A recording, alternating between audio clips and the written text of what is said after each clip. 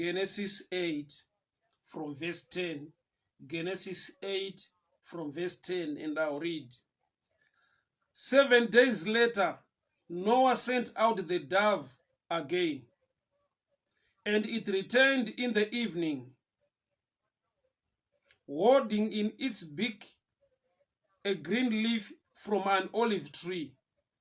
Noah knew that the water was finally going down. He waited 7 more days before sending out the dove again, and this time it did not return. Wishes Mtero Ngara, may the good Lord bless you. Melo dear, welcome. May the good Lord bless you. Father, we thank you for such a time to hear your word. Speak to us, instruct us, correct us, and empower us for the glory of your name. In Jesus' mighty name I pray. Amen and amen.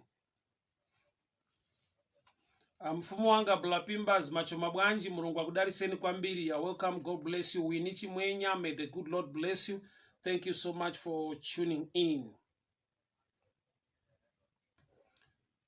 Baba Chuara pakadiko pa New Zealand mwari wakitire nyasha zvikuru. Ya welcome. May the good Lord bless you.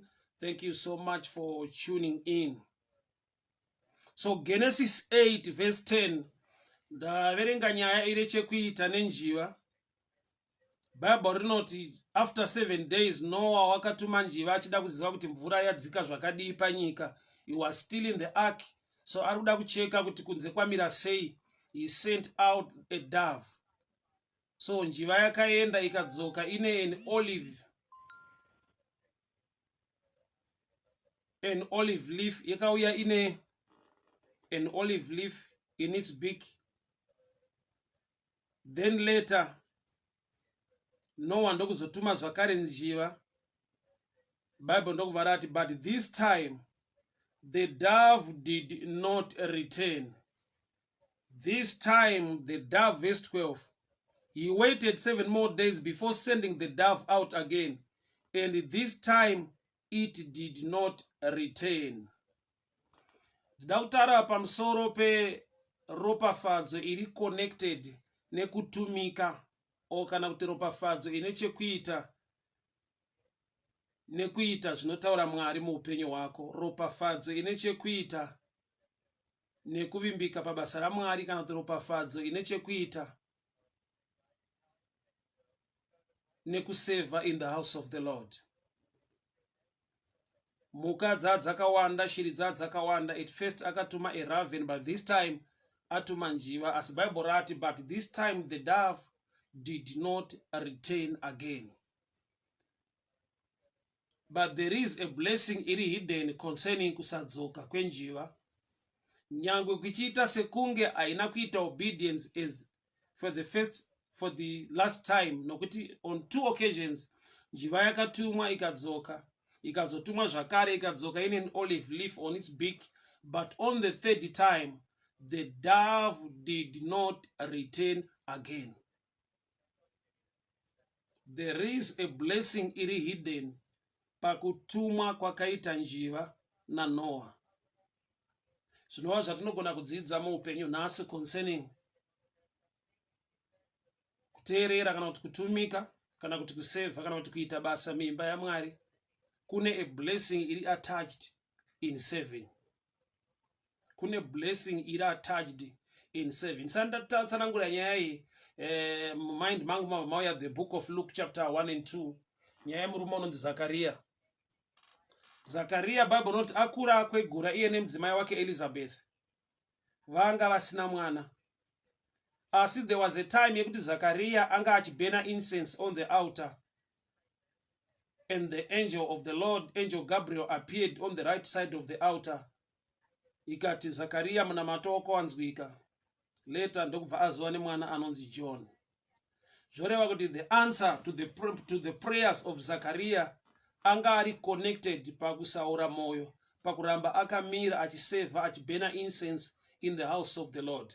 So through serving, continuous serving, kuramba achiseva nekuita basa muimba yaMwari kwaka attracta answer yezvinhu zvaaichemera nekunamatira kwemakore nenguva yakareba. Sister Shamiso Jack, you're welcome. Sylvia Dumbu, you're welcome. May the good Lord bless you. My Airwadzi, may the good Lord bless you. Brother Arthur Mukota, God bless you. Thank you so much for tuning in. So there is a blessing, iri attached. There is favor, iri attached. Pakuseva, kana kuti pakuvimbika, kana kuti pakutendeseka, kana kuti pakuita basa mimba ya Mwari. Zakaria wakasangana nemhinduro yeupenyu hwake during the time when he was serving, when he was burning incense on the altar. Then the angel appeared on the right side of the altar. Ikati minamato yakanzwika uchava nemwana uye mwana uchamupazira kuti John. But now yandaverenga manera nhasi ine chekuita nenjiva, the dove. Noah wakatuma njiva 3 times. First time yakaenda ikadzoka. Second time ikadzoka yakaruma in olive leaf. But on the third time, Bible rati, and the dove did not return back again. To me, the dove was so prophetic. Nekuda kwekuti kune zvakaitika just after Noah had discovered kuti nyangwe njiva isina kudzoka, mvura yapera panyika. Then he came out of the ark. Abuda kunze kweareka, Bible note, then I'll read Genesis 8 verse 20. Noah built an altar where he could offer sacrifices to the Lord. Then he offered on the altar one of each kind of animal and a bird that could be used for sacrifice. The smell of the burning of offering pleased God.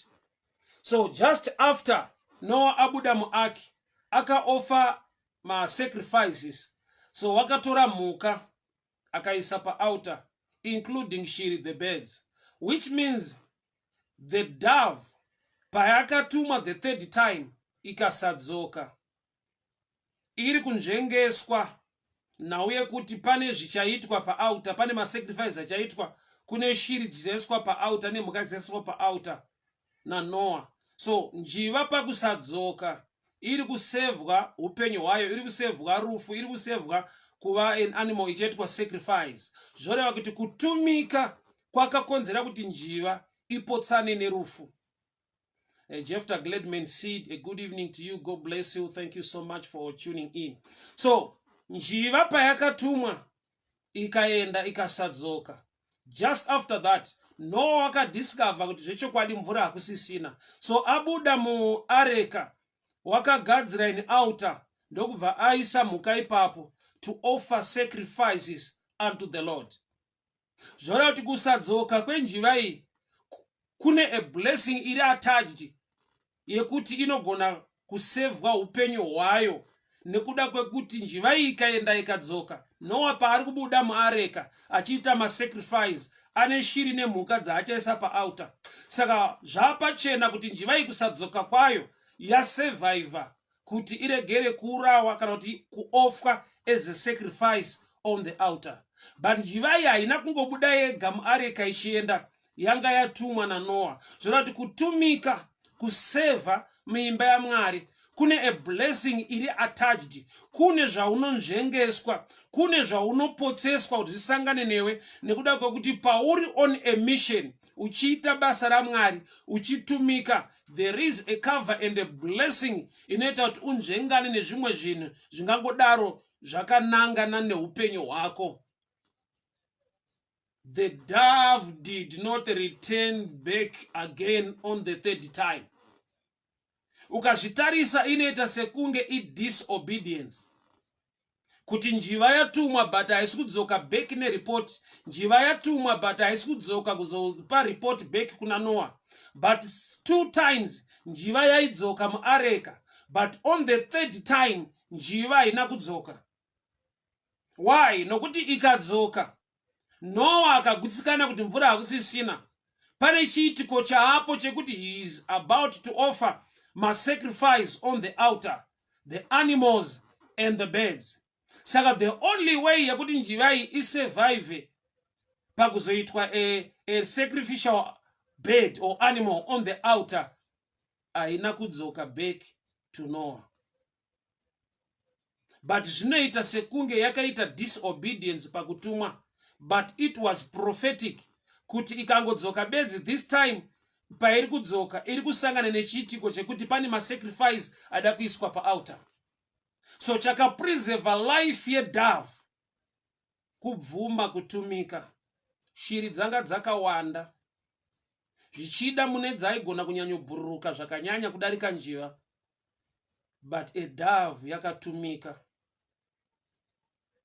Just imagine kuti inotumwa yodzoka, yotumwa zvakare yodzoka, yoenda third time. Dzimwe shiri dzirimo muareka zvekuti njiva yaigona kulauncha a complain kuti why me, takawanda muno, tunofana kuita majuti, mumwe ngaende ini ndimbozorora, mumwe ngaende ndimbozorora.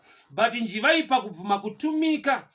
There are times yekuti munenge makawanda pakuitika kwezvinhu, but it seems as if you are the only one ari kuisa much effort kana kuti ari kusacrifice time and everything to save or to do things in the house of the Lord. Zvekuti ukatarisa munoona kuti ava vanongangodaro vane much strength, vakati simbei, vanogona, vakazodii. Ukazvitarisa paupenyu hwaHana, mukadzi anonzi Hana akati Mwari mukandipa mwana ndinosiya pano pakereke, kureva Samuel. Penina ane vana vakawanda, but hakuna mwana wa Penina akaseva pakereke, akaseva mimba ya Mwari. Nyaya haisi yekuti unazvo here, nyaya ndeyekuti are you willing or do you have the revelation yekuziva the blessing iri attached in saving. Samuel akasiwa pa church na mai vake, but kune mumwe mukadzi anonzi Penina ane vana vakawanda kwazvo, but handina kunzwa even one mwana wa Penina even being mentioned by name in the Bible. Taingonzwa kuti Penina aiva nevana, and haana kuti Mwari mwana uyu ngaasevhe pakereke, but munhu ane mwana mumwe chete akasvika pakuti Mwari mukandipa mwana ndinosiya pano. Ndakataura neimwe nguva ndikati haisi nyaya yekuti unazvo, inyaya yekuti une chaunoziva chisiri kuzivikanwa nevanazvo kana kuti vane zvizhinji. Chii chakazivikanwa naHana kudarika Penina? Hana wakaziva kuti marriage yangu, uwanano yangu haisi kuchengetedzeka nokuti ndine vana, iri kungochengetedzeka nyangwe ndisina mwana nokuti ndina Mwari une nyasha muupenyu hwangu. Kana muri pabarika zviri easy kuexposa mumwe kuti abereke, kana mumwe aine vana zvinongoreva kuti murume wenyu anobereka, mumwe mukadzi haasi kubereka. So kuda kuti zvikonzero zvaigona kuita kuti Hana arambwe asadiwe nemurume zviri pachena nekuti Penina aiva nevana. But Bible ukariverenga zvakanaka first book yaSamuel inoti nyangwe Hana anga aine challenge iyoyo yekusagona kuva nemwana, murume wake Eukana aimuda zvakanyanya, aidiwa zvakanyanya, kureva kuti munhu akadiscover kuti whether kuva nemwana kana kusava nemwana, but chiri kukonzera kuti ndive murelationship ino, ndive munhu anodiwa, is only by the grace of God. Ndo zvakamutuma kuti Mwari mukandipa mwana ndinogona kusiya pano pakereka ndiende naye kumba. Why? Nokuti handisi kurarama mucompetition, but ndiri kurarama ndiri murevelation yekuziva kuti it's only by the grace of God that I'm in this relationship or in this marriage. Woman of God, Dana Isheta Wengwa, I'm so happy to see you. It's been a long time. May the good Lord bless you. May the good Lord favor you. Thank you so much for tuning in. Nyasha Chipare, you're welcome. May the good Lord bless you. So 3 times njiva yakatumwa na Noah from the ark. On the 3rd time the dove did not return. But ndodati tionesane kuti kana njiva ichitumwa 3 times muark mune shiri dzakasiyana siyana dzakapinda muareka, but zvinoita sekunge njiva iri kuvavarirwa naNoah ichingotumwa, sekunge ine ukazvitarisa mukutaura kwevanhu kuonekwa kuti ine vanenge vanondinyanya. Why me? Why am I the one? Arikunzi itachakati. Why vamwe vanongozvitarisa vana zvavanoita tese tiri pano tinodi kuti tichiti mumwe woti mudemhe tichibatirana nekudai sezvita sekunge zvinovavarira inini. There is a blessing iri connected mukuseva nemukuita muimba yaMwari, kukuti dzimwe nguva unogona kusazinzwisisa kuti konjiva inotumwa 3 times sei imo muareka mune mhuka dzakasiyana, mune shiri dzakasiyana, but sei njiva inoita sekunge iri kuvavarirwa kuramba ichitumwa 3 times. On the 3rd time the dove did not return back, kufanana neraven yakambotumwa ikasadzoka, zvoita sekunge njiva yafanana neraven. But ukazvitarisa in terms of character, raven and dove, a dove it is so obedient. A dove is a picture of humility. But pa 3rd time haisi kudzoka. Why? That it was prophetic. It was a picture yatinoda kuti tidzidze nhasi, kuti kuita sekunge uri kuvavarirwa, kunge sekumwe ndiwo uri kunyanywa kunzi ita zvakati muimba yaMwari, kunge uri kutumwa ngori kuomeserwa. There is a blessing that is about to hit you. Pane ropafadzo rida kurova muupenyu hwako, yekuti payakatumwa ikaenda ikasadzoka, pakasara pachiitika animal sacrifice, pakasara pachiitika masacrifice ekuti mhuka dzakaiswa paaltar, shiri dzikaiswawo paaltar, kureva kuti njiva iyi iri kuchengetedzwa upenyu hwayo nekuti yakabvuma kutumika ikaita sekunge inovavarirwa up to 3 times imo muaki mune shiri dzakasiyana. Ukazvitarisa dzimwe nguva mumhuri makawanda, but zvinoita sekunge ndiwe une mwoyo zvichida nevabereki kumusha, unoita sekunge ndiwe une mwoyo nehama. Vamwe vanazvo vanowana nekudii, mwoyo wavo haurove, havabatikane concerning the life of others, zvichida mufamily kana kumhuri kwaunobva. Saka dzimwe nguva unoita mubvunzo kuti but why me? Takawanda mumhuri, ninga aifanirwa kuitawo kudai, ninga aifanirwa kubata apa, mumwe obata apa todii, but why zvichita sekunge I'm the only one? Wese abatwa neproblem yake anofonera inini, wese ane financial challenge anobata inini, wese asangana nedambudziko rake anobata inini. Where takawanda mufamily, takawanda kudzinza rekwedu, but how come people they just bring challenges unto me? Instead yekuti uve ne complain or a mindset yekuti why me, sei vanhu vachitenge vanondivavarira, see yourself as a channel that God will use to reach out or to bless others.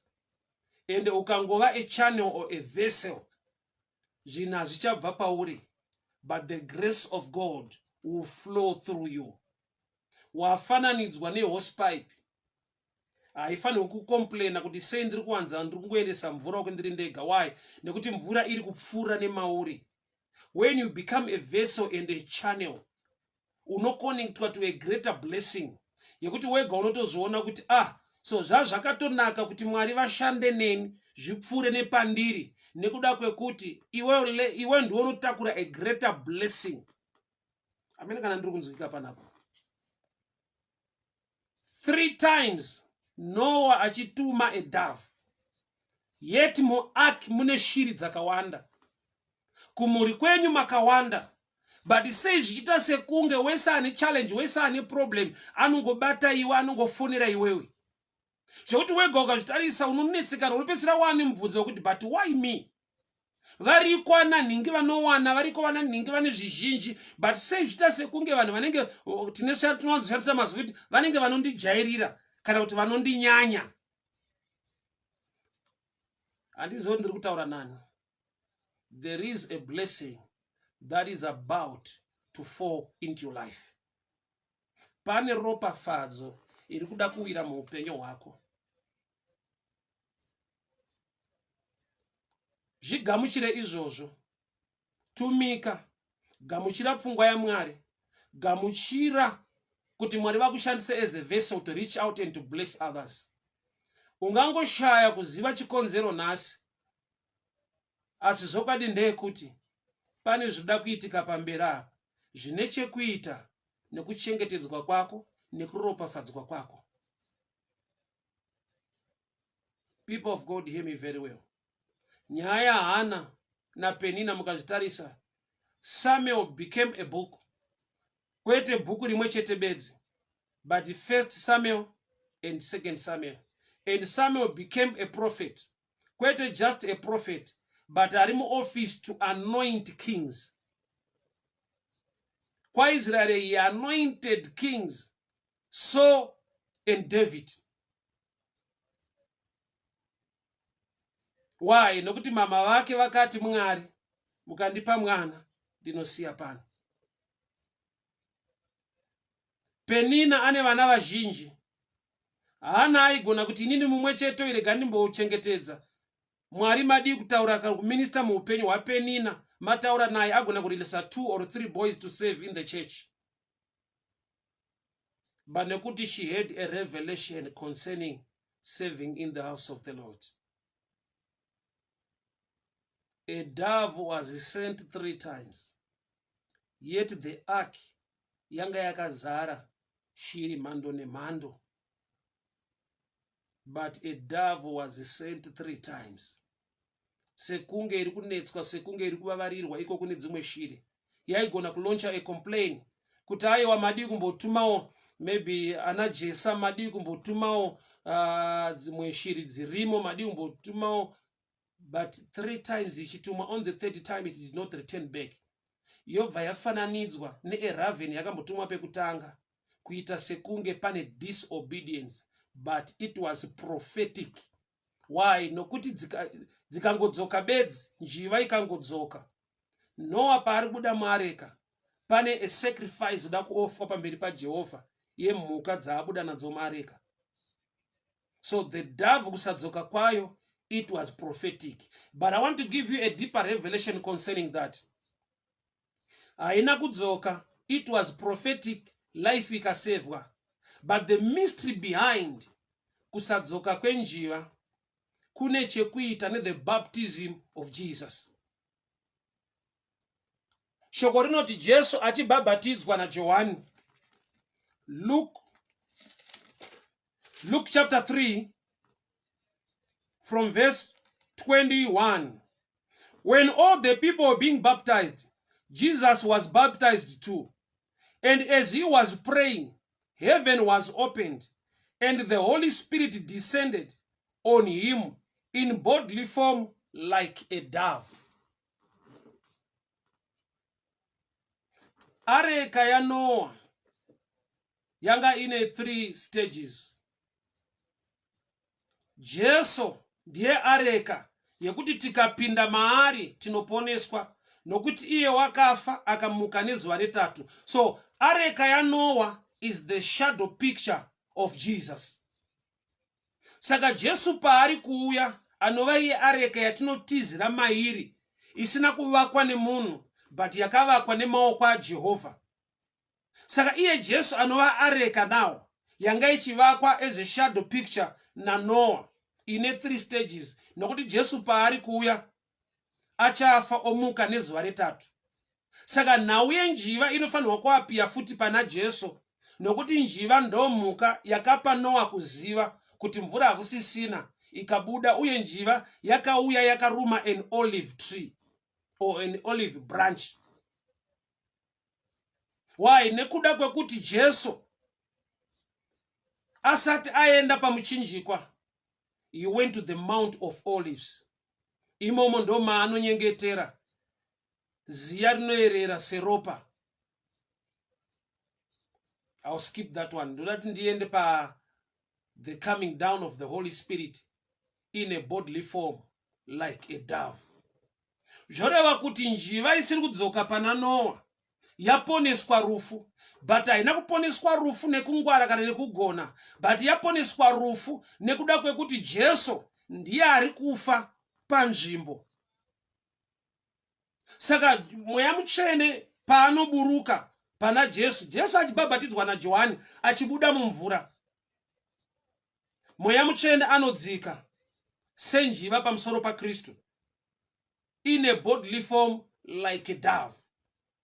Kureva kuti njiva isina kudzoka kuna Noah iri kurepresentwa pano namweya mutsvene, kuti kusadzoka kwayo yanga isiri disobedience but zvaitova namweya mutsvene mukati. Why? Nokuti yaingova a picture yekuti njiva iri kuzodzoka paoriginal ark anova iye Jesu. Ameno kana ndichinzwika panapa. Njiva yaponeswa rufu, kwete nekungwara, asi nekuda kwekuti Jesu ndiye atora nzvimbo. Saka njiva inouyawo pana Jesu, but haisi kuuya iri njiva. The Holy Spirit came down in a bodily form like a dove. Why? Nokuti Jesu ndiye areka yatinopinda maari, isina kuvakwa nemaoko emunhu but yakavakwa nemaoko aJehovha. Kuponeswa kwedu kupinda muna Kristu, kuponeswa kwedu kupinda maari mwanakomana waMwari, anova iye the one and only sacrifice. Nekuda kwekuti areka yaNoa, Noa abuda muareka akaita a sacrifice yakafadza Mwari. But the New Testament aki yacho hamuna mhuka iri kuzourawa, nokuti areka yacho ndiye anova Jesu, iye ndiye anova mhuka inourawa, the lamb of God, inoitwa sacrifice. Saka njiva iri kuuya, but haisi kuuya iri njiva. The Holy Ghost came down in a bodily form of a dove, which means that's the return of the dove. Ndo kudzoka kwenjiva paareka, kwete yaNoa but paareka yakavakwa naJehovha. Iri kudzoka papi? Iri kudzoka Jesu paari kubuda mumvura abhabhatidzwa naNoa na John. So which means kuno kana areka yakapindwa nevanhu, mvura payakapera vanhu vakabuda vakararama, kuno tina Jesu ari kubuda zvakare mumvura. Paari kubuda mumvura denga rinovhurika, and the Holy Spirit came down like a dove, in a bodily form like a dove. Mweya mutsvene achiuya pana Kristu Jesu. So that's the return of the dove. Kureva kuti yanga isiri disobedience but it was prophetic. Kuti ndikadzoka ndinofa, saka ndichadzoka pana Jesu nokuti ndiye achafa kuti ndiponeswe. I'll repeat again. So kusadzoka kwenjiva was prophetic. Ichirevei? Iri kureva kuti ndikadzoka pari kuzoitwa ma-animal sacrifice ndinogona kunge ndaseva hangu, but nokuti pari kuitwa ma-animal sacrifice ndinogona kufa. Saka kusadzoka kwenjiva kwaiseva life, but haina kusevwa neintelligence. Nekuda kwekuti mweya mutsvene paari kuburuka senjiva pamusoro paJesu, nyaya yenjiva iringori vhangeri rekuti handisi kudzoka, ndichadzoka pana Jesu, nokuti muna Jesu handingafe. Asi ndikadzoka ndega kwareka yaNoa, ndinogona kuoffer as a sacrifice of animal or bird. But ndikadzoka pana Jesu, ndadzoka muupenyu, nokuti iye Jesu ndiye anotora nzvimbo yangu. So that's the return of the dove in the New Testament. But in the Old Testament, the dove did not return back again. Yanga isiri disobedience. It was a prophetic message. Yekuti handidzoke murufu, ndinodzoka muna Jesu akauya kuzondifira. Ndiri kudii manera nhasi? Tikaramba takabata pana Jesu, tabatira chiprofita chinoseva upenyu hwedu. Njiva yakatumwa 3 times, yet the ark yanga yakazara shiri mhando nemhando. Dzaigona kutumwawo dzimwe, yaigona kuti aiwa ndaneta vamwe ngavaende. Ndiri kuti kudii manera anaya? Regera kuneta mukuita basa raMwari. Kana tiregera kuneta, ndinotoziva kuti zvinonetesa zviriko. Zvinopa kuneta, zvinopa kupera simba, kukupedza simba zviriko. Zvinokuburitsa musystem yekuti aiwa unotonzwa kuti aiwa hazvichaita rega ndisiye. Ndo zvakawanda.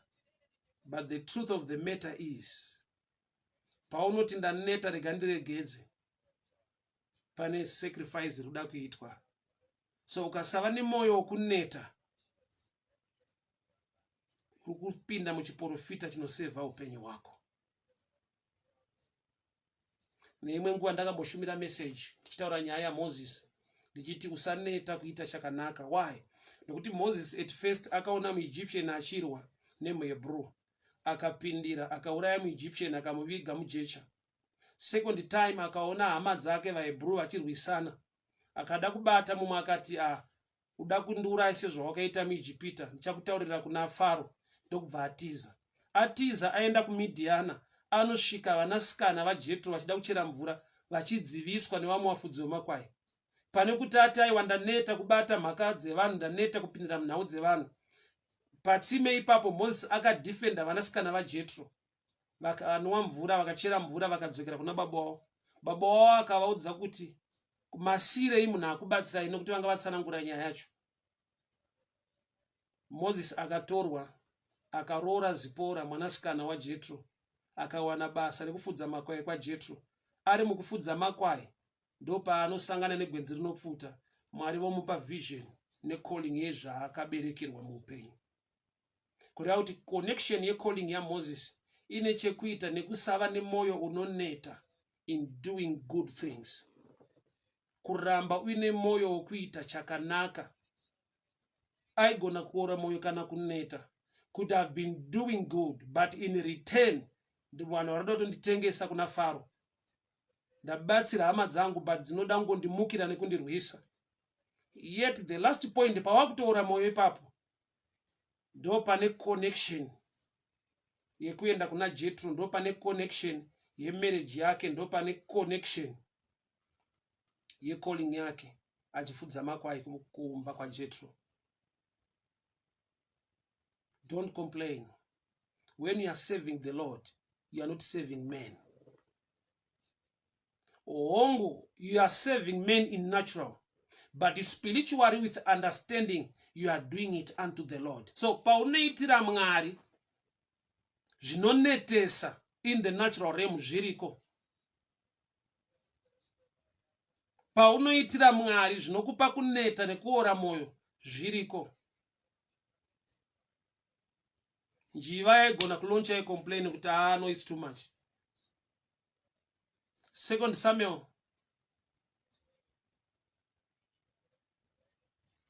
uchaona kuti pabhuku ya 2 Samuel murume anonzi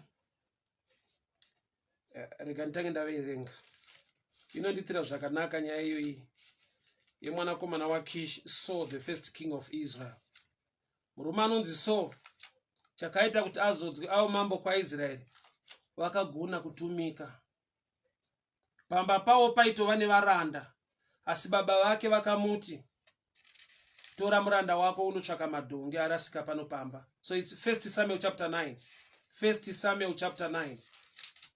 1 Samuel chapter 9. Saul was sent by his father Kish. Ini ndo anzo kudangu pachena. Prophetically andiona spanyama ndakaona kuti simbiyo.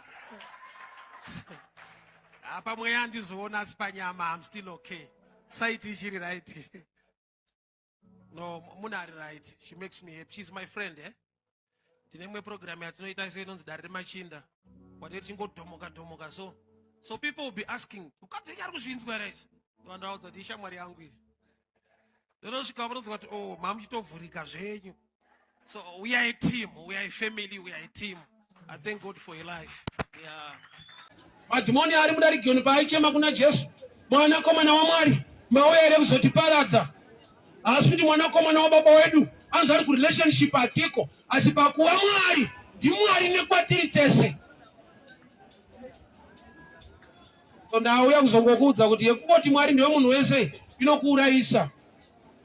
Asi kuopareta nemunhu wese saMwari sababa.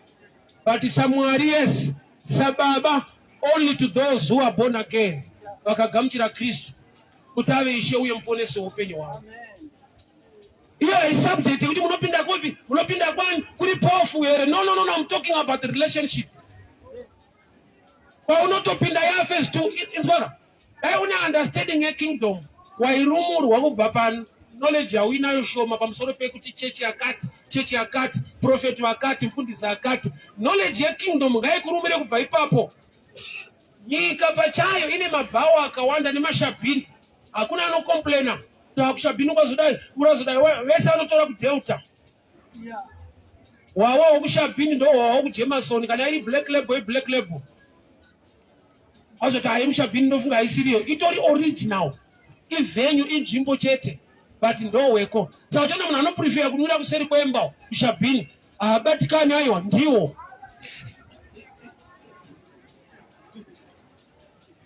Nekuti munhu akaudzwa kuti ukapinda yakati iri powerful, ukapinda yakati chinhu chiri more powerful than yaunopinda iye akakupinda. Ukamutendera kuti ave ishe uyoponesi upenyu hwako akapinda mauri, it's greater than kuti ndotsvaga kupinda kupi. Wazi iye akapinda mauri anotaura, akapinda mauri anokutsiura, akapinda mauri anokurwira. You become one.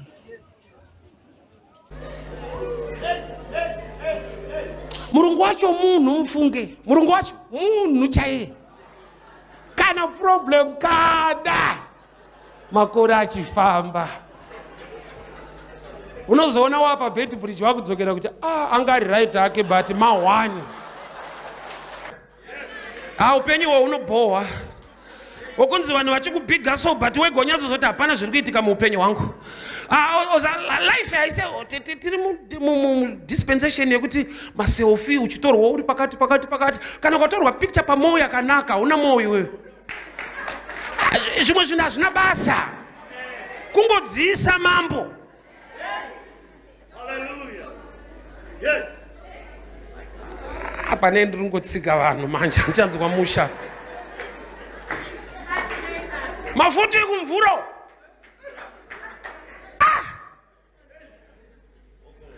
Kumvura, kumo.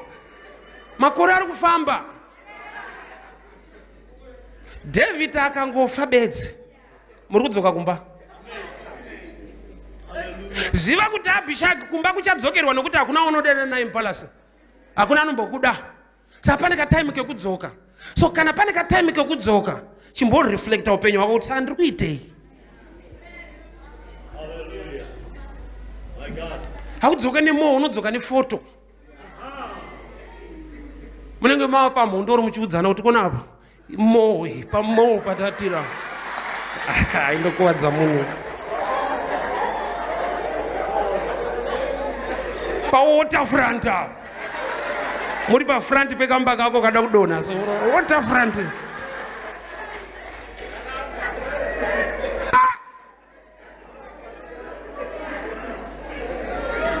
Pakuda kuita hasha na Satani. Kuti usandinyepere nepalace isiri yangu. Usandinyepere nemoyo isiri yangu. Nyika isiri yangu. Imba isiri yangu. Mwari ndiwanirewo nyasha. Ndigone kunongedzerawo panonzi pangu. Ndoda kukudana mudikani mandira nhasi pamberi patapa. Unoziva life yako kuti haisi test, haina kana test. Utano hwako chaiwo waedzana chiremba. Unotapira. Do you know kuti uchitonwa right medication unogona kutofa? Uchitonwa mishonga chaiwo zvinogona kutoramba. Nyasha dzekurarama dzikashaikwa. Right medication is not enough. Nyasha dzikashaikwa. Even my diploma, my degree, they are not enough. Nyasha dzikashaika. Beauty is not enough. Nyasha dzikashaikwa. Mari yacho nemotokari hazvina kukukwanira.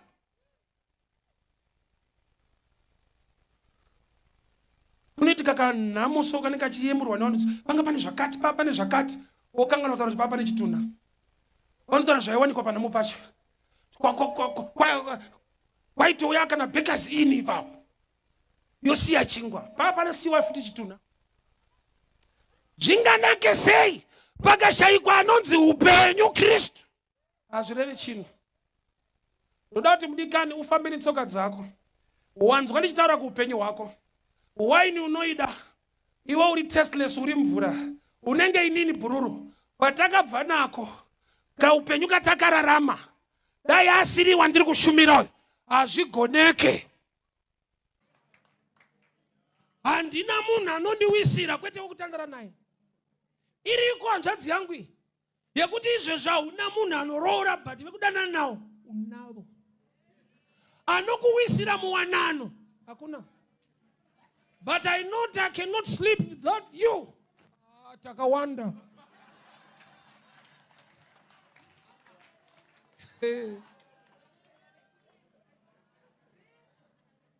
Oza kushaya munhu wakakomberedzwa nevanhu zvorwadza. Handina munhu ari kugara yegara sanzi pakazara. Kuti mumwe nemumwe ane nhamo yake ari papa. Hapana doti yemumwe itange yapera, mune sadati yake itange yapera. Sapa bedside munhu akuti handina munhu anondiwisira.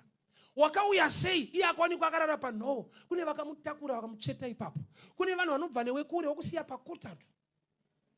Vanhu kwese makaenda pakuzorora ndo pari kuti ndakumbofunga. Saungosingafunge pesa apa. Makomana etemushe. Pesa apa usikufunga. Chidana nemunhu muchienda out muchidi yekurorano wada kufunga.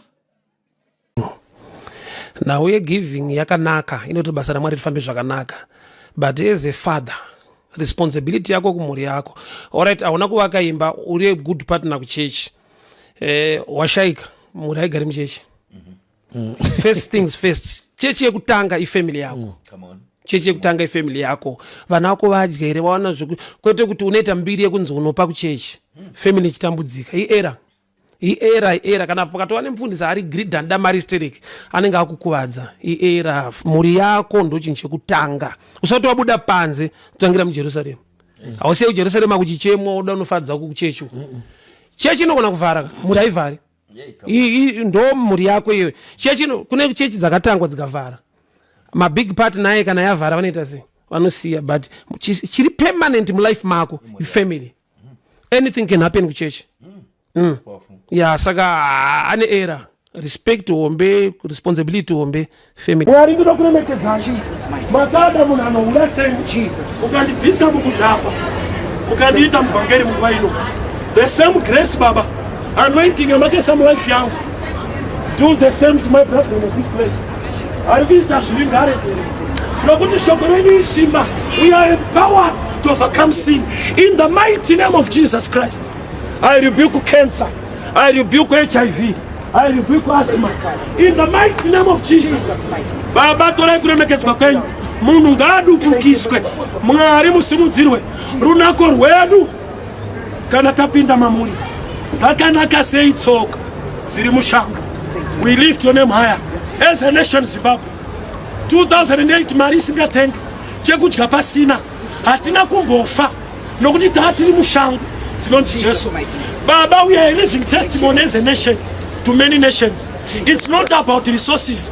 Manga musina chekudya muno. It's not about money.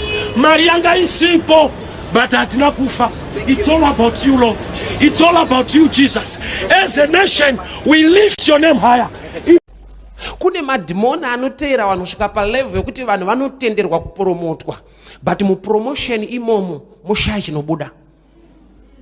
Kune dhimoni risinganetsa aiwa rinotokurega uchipinda muwanano, but muwanano imomo zvotori. Bhaibheri rangu rinoti Jacob aroora vakadzi vake vaviri. Mwari vakazviona kuti Jacob haasi kuda Leah, yet Leah atoroorwa naJacob. But Mwari ndokubva vaona kuti nyangwe aroorwa but haasi kudiwa. Ndopa vakakonzera Leah kutanga kubereka Rachel asiri kubereka.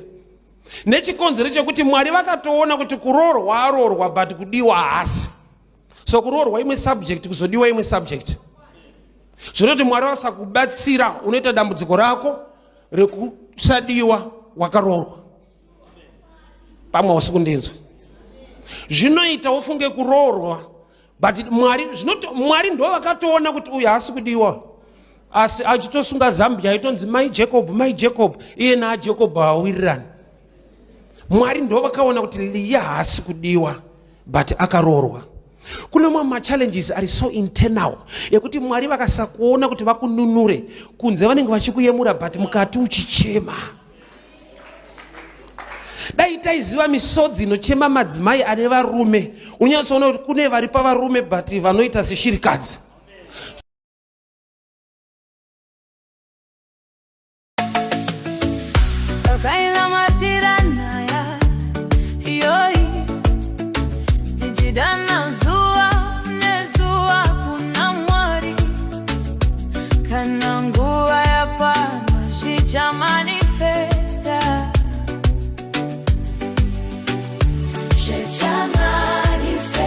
Understand kana kuti ukasava nekujekerwa nepfungwa yaMwari nenguva yaMwari mukuitika kwezvinhu zveupenyu hwako pane zvaakakurongera muupenyu, unozvifananidza naningi naningi. At the end kana vanhu ava vachibva vasimuka iwe usati, unenge wakuti